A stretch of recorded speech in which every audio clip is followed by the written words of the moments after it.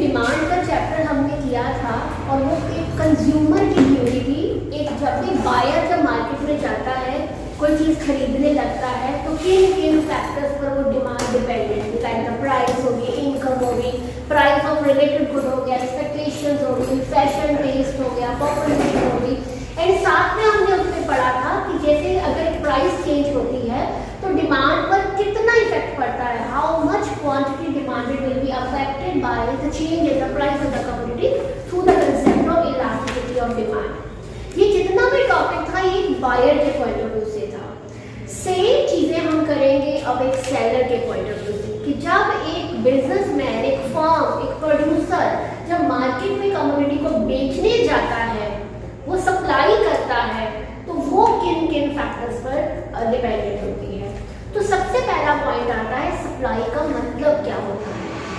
Supply का मतलब पहले एक एग्जांपल से बताती हूँ कि suppose I am a farmer और मैंने जो है पूरे साल में वीट की प्रोडक्शन की और सपोज 100 क्विंटल्स की मेरे पास टोटल वीट प्रोड्यूस हो गई है और मैंने देखा कि मार्केट में जो रेट है वो अभी थोड़ा कम है कि मेरी कॉस्ट कवर नहीं हो रही है, मेरे प्रॉफिट मार्जिन ज़्यादा नहीं आ रहे, तो मैंने 100 क्विंटल्स में से 70 क्विंटल्स जो है वो मार्केट में मैं ले गई, 30 मेरे पास रहा, 70 जो है वो मार्केट में ले जाती हूँ। अब क्वेश्चन आता है सप्लाई कितनी है आपके पास, 100, 70 और 30। तो सप्लाई का मतलब होता है the amount of a commodity which a seller is ready to sell at different possible prices in a given time period. जो 70 क्विंटल्स वो मार्केट में लेकर गया है, that is the supply of a commodity, and because we are doing microeconomic तो हमेशा हम for a commodity demand, for a commodity supply को study करेंगे।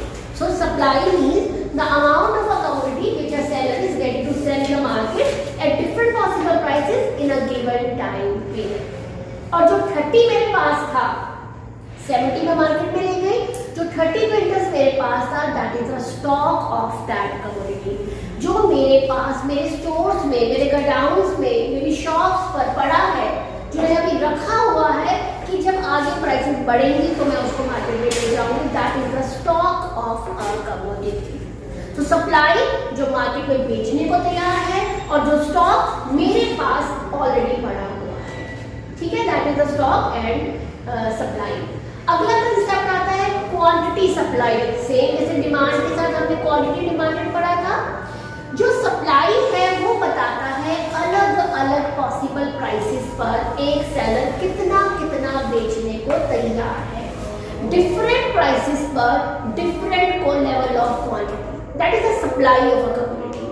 और पर्टिकुलर प्राइस में जब मार्केट में, जैसे मैं सब्जी वाले के पास गई तो मैंने उसको पूछा मटर क्या रेट है, उसने कहा 30 रुपीज के आधा किलो मैं देने को तैयार हूँ, इससे कम पे में नहीं बेच रहा। तो स्पेसिफिक प्राइस पर वो कितनी क्वांटिटी तुम्हें बेचने को तैयार है, half KG, that is the quantity supply. Market में वो कितना लाएगा अलग अलग प्राइसेस पे, that is the supply of a commodity. Same जो डिमांड और क्वांटिटी डिमांडेड था उसी तरह सप्लाई और क्वांटिटी सप्लाई। उसके बाद जब हम सप्लाई को पढ़ेंगे उसको भी दो तरह से पढ़ेंगे, one is individual supply, second is a market supply. Individual means एक दुकानदार, एक फर्म, एक सेलर एक कमोडिटी को कितना बेचने के लिए तैयार है। और मार्केट सप्लाई का मतलब एप्पल बेच रहे हैं तो उसको बेचने वाला ए बी सी डी जितने भी सेलर्स हैं उन सब की सप्लाई का total eight different possible prices, that will be the market supply. पहले थोड़ा थ्योरी पार्ट करें फिर बोर्ड पे चलते हैं कि चीज को बताऊंगी। उसके बाद हमारे पास आता है supply schedule.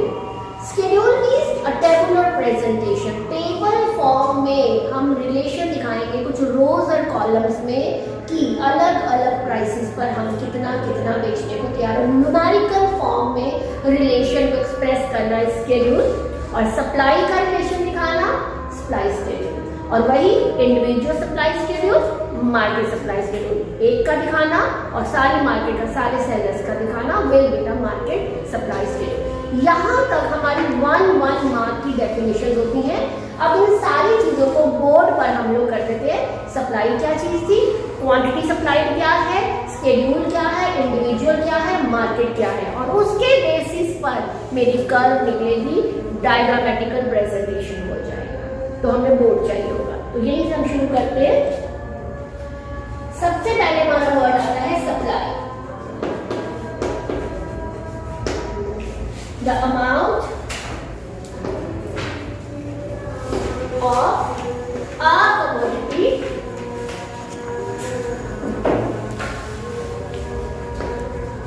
which a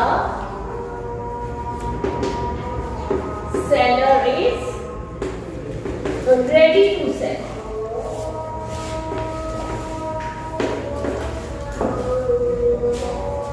At different possible prices in a given time period. यानी कि कल वो क्या करेगा, अभी की सिचुएशन में अलग अलग प्राइसेस पे वो कितना कितना बेचने को तैयार है।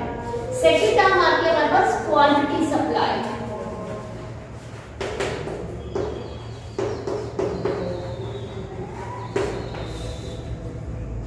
स्पेसिफिक और particular level of quantity supplied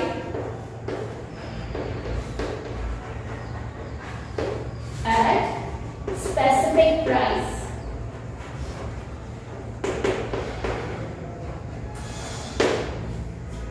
ठीक है, जैसे कि हमने प्राइस और क्वांटिटी सप्लाई का शेड्यूल बनाया था, शेड्यूल भी आ जाता है साथ में।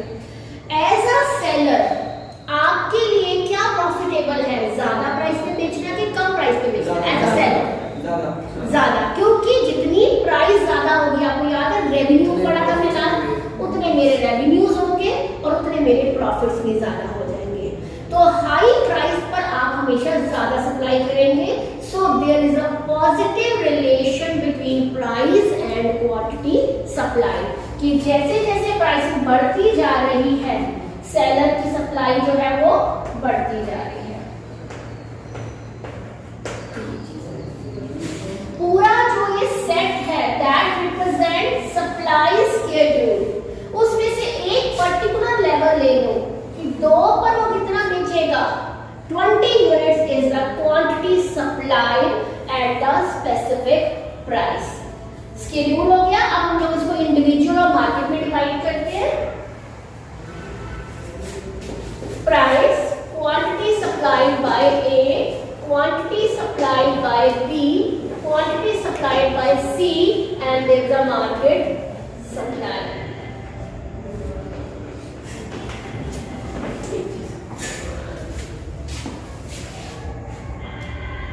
जैसे जैसे प्राइसेस बढ़ती जाएगी 1, 2, 3, 4, 5, ए सेलर आया, उसने कहा प्राइस बढ़ रही है and this is the profit for me, तो मैं सप्लाई भी बढ़ा देता हूं, प्रॉफिटेबल सिचुएशन फॉर मी, तो उसने सप्लाई को बढ़ाना शुरू कर दिया। Suppose 10, 20, 30, 40 and 50 and there is one more seller B, वो कहता है कि नहीं, हर कोई अपनी मिनिमम प्राइस रखता है कि मैं इससे कम पे नहीं बेचूंगा, उसकी अपनी सर्कमस्टेंस, उसकी अपनी सिचुएशन है। Suppose he is not ready to sell at ₹1, उसने कहा मैं नहीं बेचता, मैं शुरू करूंगा सप्लाई जब प्राइस ₹2 होगी, उसकी अपनी कॉस्ट कवर होनी चाहिए। सपोज उसने 2 पे 10 यूनिट्स किया, जैसे प्राइस बढ़े, रेट जो बढ़ा, उसने सप्लाई को बढ़ाना शुरू कर दिया। इन द सेम वे एक और थर्ड सेलर है, बेसिकली प्राइस और सप्लाई का रिलेशन पॉजिटिव रखना है, अमाउंट आप कुछ भी लिख सकते हैं, यूनिट्स आप कुछ भी लिख सकते हैं। सपोज उसने कहा मैं 2 पे भी नहीं बेचूंगा, मैं 3 पे बेचूंगा, उसने 3 पे सप्लाई शुरू कर दी। Now what will be the market supply at ₹1? 10 units और 2 पर it is 30, उसके बाद 60, 90 और 120। अब आप देखिए इंडिविजुअल सप्लाई शेड्यूल क्या है, एक सेलर का supply schedule eight different possible prices. Market is a summation of all the firm supply at different prices. तो हमारी मार्केट सप्लाई में तीनों सेलर की सप्लाई टोटल हो गई और अलग अलग प्राइसेस पे वो सप्लाई लेवल आ जाता है। क्लियर है? और अब हम इसका डायग्राम अगर बनाएं, as we have seen that there is a positive relation, तो what will be the shape of supply curve when there is a positive relation? तो जब सप्लाई कर्व बनाएंगे, जैसे ही हमारे वेरिएबल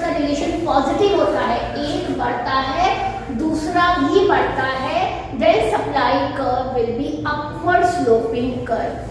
कोई भी रिलेशन अगर इनवर्स होता है, एक का बढ़ना दूसरे का फॉल आए, तो डाउनवर्ड स्लोपिंग है। बेटा वो कनकेव और कन्वेक्स शेप है, दैट डिपेंड्स अपॉन कितना कितना चेंज है एक के चेंज होने, वो चेंज को रिप्रेजेंट करता है।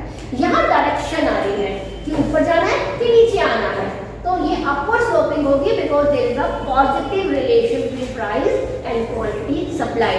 चाहे इंडिविजुअल की है चाहे मार्केट है, दोनों ही ऊपर जा रही है जब रेट आपका बढ़ने लग गया है। तो इट विल बी इधर क्वांटिटी आ गई, इधर सप्लाई का सप्लाई प्राइस आ गई, प्राइस और क्वांटिटी का रिलेशन देख रहे हैं। जैसे जैसे प्राइस बढ़ेगी सप्लाई बढ़ती जाएगी, तो curve will be upward sloping. Clear हो गया? यहाँ पे हमारी 1 मार्क की सारी टर्म्स फिनिश हो जाती है। Now the most important question of this chapter, जैसे डिमांड का भी था, the various factors on which demand is related to, यानी किन किन फैक्टर्स पे डिपेंडेंट है डिमांड। फंक्शंस किया था, यहाँ हमारा सप्लाई फंक्शन आ जाएगा कि कौन कौन से फैक्टर्स हैं जो आपकी सप्लाई को अफेक्ट करते हैं। और जब भी हम एक फैक्टर पढ़ेंगे अदर्स विल रिमेन कांस्टेंट। जैसे डिमांड का था सेम यहाँ पे चलेगा। तो हमारे उसके आता क्या है यहाँ पे,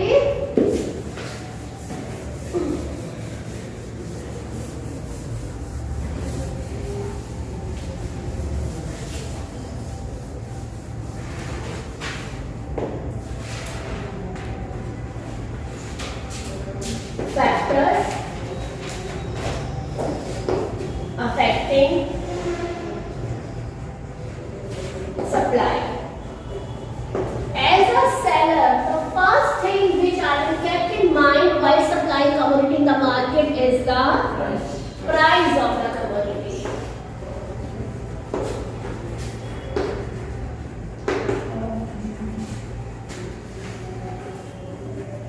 And we have already started that there is a positive relation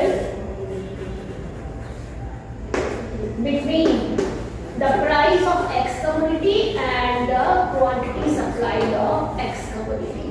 कि जैसे जैसे as the price of X increases, that will lead to increase in the supply of X commodity, and if the price of X falls, that will lead to fall in the supply of X commodity. आपने कभी भी cause को change नहीं करना है, आपने कभी भी ये नहीं लिखना कि as the supply increases price भी इंक्रीज हो जाएगा। पॉजिटिव रिलेशन डजंट मीन कि चाहे इधर को इधर कर दो उधर को इधर कर दो तो आंसर सेम होगा। खुद सोच के देखो, अगर मार्केट में किसी चीज की सप्लाई बढ़ जाए तो रेट क्या होगा, प्राइस कम हो जाएगा, कम हो जाएगी, तो सेम डायरेक्शन नहीं रही। तो यहाँ पर इस चैप्टर में हम सप्लाई को डिटरमिन कर रहे हैं कि सप्लाई पर इफेक्ट क्या पड़ता है, and the reason will be the change in the price of the commodity होगी। तो प्राइस बढ़ेगी या कम होगी तो सप्लाई में पॉजिटिवली इफेक्ट पड़ता है। सेकंड आता है आपका नंबर ऑफ द फॉर्म्स।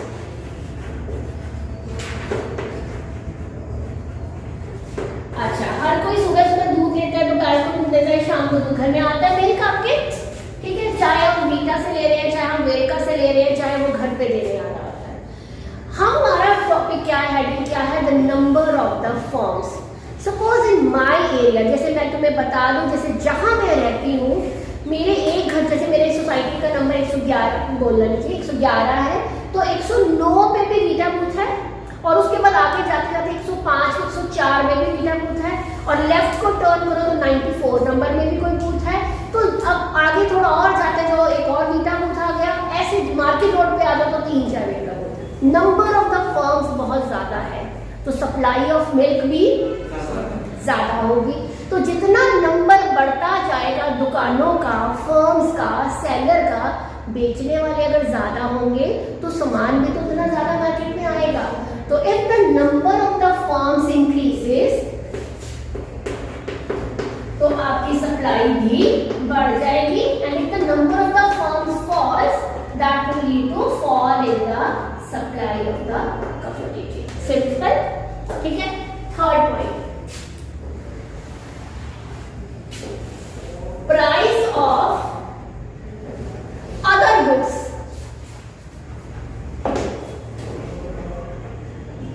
चलिए, अगर आपके पास ग्रोसरी शॉप है, किराना की दुकान चलती है, अब नॉर्मली उसमें चाय पत्ती भी पड़ी है, कॉफी भी पड़ी है, सब चीज़ है ना दोनों एक दूसरे के। अब एज अ सेलर आप क्या करेंगे, अगर coffee price of other good है, अगर कॉफी की प्राइस बढ़ जाए और चाय पत्ती की, टी की प्राइस नहीं चेंज हुई, आप क्या करेंगे? कॉफी बेचेंगे तो आपने टी की सप्लाई क्या करनी है? कम कर देनी है।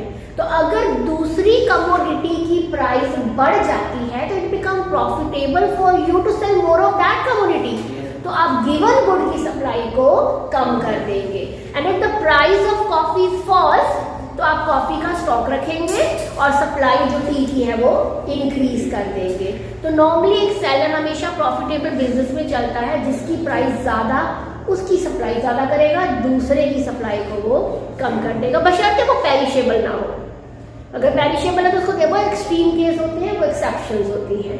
नॉर्मल सिचुएशन में कि अगर किसी चीज का रेट ज्यादा, अभी हम बात कर रहे थे OnePlus Nord की लेने की बात कर रहे थे ना अभी फोन की, वो रियल लाइफ सिचुएशन में आया ना कि जैसे हमने कहा अगर OnePlus 8T का रेट जो 47,000 रुपीज है और OnePlus Nord में अगर सेम फीचर है वो 30,000 का है, तो लोग बायर तो 30 में जाएंगे, लेकिन एज अ सेलर उन्होंने क्या किया, उन्होंने मार्केट में नोट की सप्लाई को कम कर दिया, क्योंकि उनके लिए प्रॉफिटेबल था 8 वाला निकल जाए, क्योंकि उस पर कॉस्ट उनकी ज्यादा लगी है। तो दिस इज अ रियल, मैं वैसे भी हमेशा कहती हूँ बेटा माइक्रो हो मैक्रो हो, हमारा ह्यूमन का बिहेवियर पढ़ रहे हैं तो वो वही होगा जैसे सबका होगा, that is a normal behaviour. मैंने एक्सट्रीम सिचुएशंस नहीं लेनी, हमें ऑन एंड एवरेज हर इंसान क्या करता है उस चीज को लेके चलते हैं।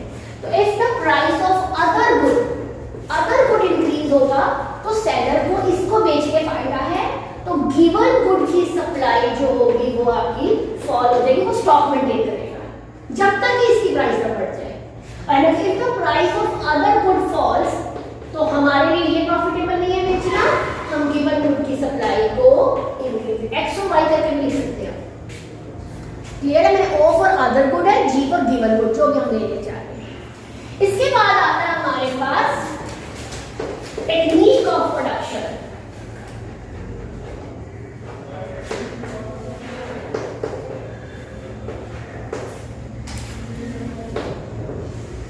Technique of production. अब आजकल कंप्यूटर का जमाना है, ठीक है? अभी और छोटी सी बातें करते हैं। एक टीचर अपनी सर्विसेज की सप्लाई कर रहा है, जो टीचर ने कोरोना के टाइम पे ये टेक्नोलॉजी को यूज कर लिया, ये टेक्नोलॉजी से वो थोड़ा सा जैसे हम धीरे धीरे सीख रहे हैं, तो हमने ऑनलाइन क्लासेस भी स्टार्ट कर दी थी, लाइव क्लासेस भी ले ली। अब जैसे जैसे ऑप्शन आ रही है, चलो रिकॉर्ड करके डाल दो, ये कर दो। तो अगर मेरी टेक्नोलॉजी इंप्रूव होती जाती है प्रोडक्शन की, यहाँ सर्विस की बात है, तो प्रोडक्शन की टेक्नोलॉजी इंप्रूव होगी, ऑफ कोर्स मेरा प्रोडक्शन लेवल उतना ही हाई होगा। और जो टीचर्स नहीं अपडेट हो पाए टेक्नोलॉजी में, वो सिर्फ लिंक भेज रहे हैं, तो उनकी सप्लाई उतनी ज़्यादा नहीं हो पा रही है। अब इकोनॉमिक टर्म्स में आ जाए तो जिस चीज़ को प्रोड्यूस करने के लिए मैं जो टेक्निक ऑफ प्रोडक्शन को यूज कर रही हूँ, if that technique becomes obsolete, outdated, तो मेरा प्रोडक्शन की कॉस्ट भी ज़्यादा होगी, वेस्टेजेस भी ज़्यादा होंगे, तो मेरा प्रोडक्शन उतना ही कम होगा। और जितनी हमारी टेक्नोलॉजी इंप्रूव होती जाएगी, जितने हम हाईटेक होते जाएंगे, तो कॉस्ट भी कम होगी, वेस्टेजेस भी कम होंगे, तो प्रोडक्शन लेवल भी उतना ही हाई हो जाता है। एक्चुअली जितने भी हम फैक्टर्स पढ़ते हैं, कोई क्वेश्चन हमेशा इकट्ठा नहीं आता कि एक्सप्लेन द वेरियस फैक्टर, वो एक एक फैक्टर उठा सकते हैं कि how does change in technology affect the supply of a commodity, तो आपको इस तरह के पॉइंट उठाना है। तो if there is a improvement in technology, तो आपने लिखना है इंप्रूवमेंट से मेरी कॉस्ट ऑफ प्रोडक्शन फॉल करेगी, तो मेरी जो सप्लाई है वो एक्स कमोडिटी की इंक्रीज हो जाएगी। And if the technology become obsolete, outdated है, पुरानी हो गई है, तो मेरी कॉस्ट ऑफ प्रोडक्शन उतनी ज्यादा होगी, बिकॉज उतना रिपेयर मेंटेनेंस का खर्चा मांगेगी वो, तो उसी में मेरी प्रोडक्शन लेवल जो है वो रिड्यूस हो जाएगा। हमारा फिफ्थ आता है goal of the firm.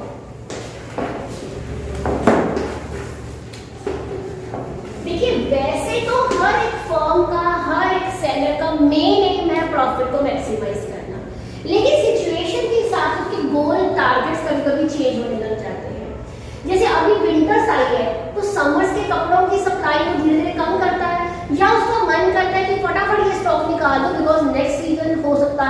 Style या फैशन चेंज हो जाता है। तब इसका मेन एम प्रॉफिट कमाने से ज्यादा सेल को मैक्सिमाइज करना होगा कि निकल जाए सामान।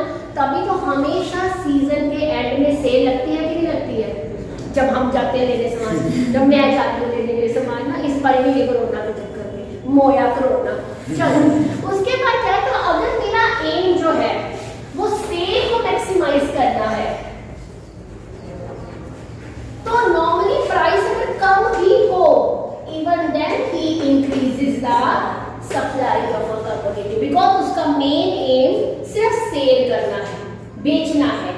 लेकिन अगर उसका मेन एम प्रॉफिट को मैक्सिमाइज करना है, लाइक जैसे सीजन अब विंटर के कपड़ों की जो है डिमांड बढ़ेगी, उसको पता है, तो उसके प्रॉफिट भी उतने ही ज्यादा होंगे। तो he will supply only if the price of the commodity increase, because पता है उसको कि लोगों को अब चाहिए, तो वो हाई रेट पे भी खरीदने को रेडी हो जाएंगे। तो गोल्ड भी आपकी सप्लाई को अफेक्ट करता है। नेक्स्ट आता है हमारा price of the factors of production.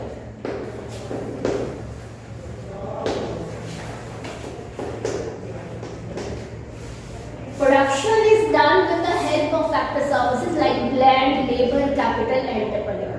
तो उसके बाद उसकी पेमेंट भी तो करनी है, rent, interest, profit and wages. Labour को वेजेस देने हैं, लैंड पे रेंट देना है, कैपिटल पे इंटरेस्ट देना है और लास्ट पे प्रॉफिट और लॉस को बेयर करना है।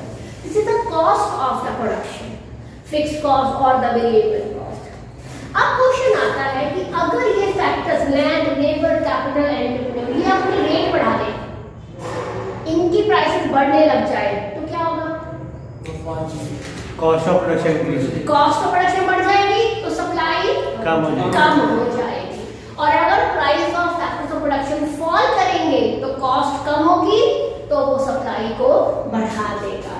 तो if the price of factors of production increases in the market, that leads to increase in the cost of production, so हमारी जो सप्लाई है वो रिड्यूस हो जाएगी।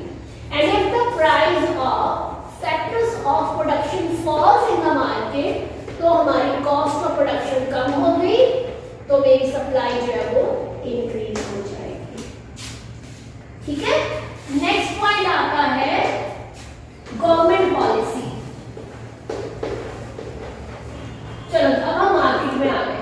मार्केट में आए तो गवर्नमेंट भी आगे साथ में अफेक्ट करने। गवर्नमेंट आपके प्रोडक्शन पे क्या करती है? या क्या करती है? टैक्सेस लगाती है। या तो वो टैक्स लगाती है या आपको प्रोडक्शन को मोटिवेट करने के लिए सब्सिडी देती है। If the government imposes high taxes on the production, तो क्या होगा? सप्लाई रिड्यूस की हुई है, बिकॉज आपकी कॉस्ट भी बढ़ जाएगी, क्योंकि लाइन बनानी है, रीजंस भी साथ में आते जाएंगे। अगर तो गवर्नमेंट जो है वो टैक्स को लगाएगी, that increases the cost of production, तो सप्लाई जो है वो कम हो जाएगी। And if the government provides subsidy on the production, subsidy क्या है? This is the financial help by the government, like आपको लो रेट पर रॉ मटेरियल दे दिया, लो रेट पर आपको इलेक्ट्रिसिटी बिल दे दिए, या लो रेट पर आपको टैक्सेस की चार्जेस जो है वो कंसेशन हो गया, तो आपकी कॉस्ट उतनी ही कम होती जाएगी। And if the government provides subsidies that leads to decrease in the cost of production, तो आप अपनी सप्लाई को बढ़ा देंगे। So what is the definition of subsidy? Basically, subsidy is the program which is enforced by the government in order to encourage production. चाहे वो farmers को दे रही है, चाहे वो प्रोड्यूसर्स को दे रही है। This is a financial help by the government, ताकि एक प्रोड्यूसर का खर्चा कम हो, तो वो खर्चा कम करने के लिए किसी भी तरह से आपको हेल्प दे सकती है। जैसे फार्मर्स में क्या होता है, उनको इलेक्ट्रिसिटी बिल कम करते हैं, उन पर टैक्सेबल इनकम नहीं है, तो आपको लो रेट पे, जैसे पुअर फैमिलीज को लो रेट पे ये सिलेंडर दे देते हैं सब्सिडाइज रेट पे, दैट इज कि आपको कॉस्ट कम पड़े बेसिकली। तो इस तरह के जो प्रोग्राम्स है, पॉलिसीज हैं, वो सारी चीजें गवर्नमेंट पूरी इकोनॉमी को अफेक्ट करती है, तो प्रोडक्शन को भी अफेक्ट करती है ये चीजें। तो ये हमारा हो गया। नेक्स्ट पॉइंट आता है हमारा expectation about the future price. आपको क्या लग रहा है कि फ्यूचर में क्या होने वाला है रेट का, प्राइस का? एज अ सेलर अगर मुझे ये लग रहा है कि बाद में कुछ टाइम के बाद कोई भी कमोडिटी है उसका प्राइस बढ़ने वाला है, तो मैं क्या करूंगा? सप्लाई स्टॉक कर देंगे, स्टॉक करेंगे। बिल्कुल ठीक है, हम अपना स्टॉक अभी मेंटेन कर देंगे तो सप्लाई को कम कर दूंगी अभी, क्योंकि मैं फिर उसको फ्यूचर में बेचूंगी। और अगर मुझे लग रहा है फ्यूचर में रेट कम होने वाले हैं तो ऑफ कोर्स मैं अभी सारी सप्लाई निकालना शुरू करूंगी, जल्दी से जल्दी बिक जाए तो supply will increase in the sales maximization वो सेल मैक्सिमाइजेशन हो जाएगा। बिल्कुल ठीक है। तो 8th पॉइंट आता है expectation about the future price, future expectations. तो अगर तो लग रहा है कि prices are going to rise in future, ये इन फ्यूचर की बात कर रहे हैं क्योंकि सप्लाई अब की बात करनी है, तो मैं क्या कर रही हूँ अभी जो है सप्लाई को कम कर दूंगी क्योंकि मुझे फ्यूचर में बेच के फायदा होगा। और अगर मुझे लग रहा है कि prices are going to fall in the near future तो मैं अभी सेल को बढ़ा दूंगी, supply will increase in a given time period. These are the various factors which affect the supply of a commodity। आज के लिए इतना, बाकी हम कल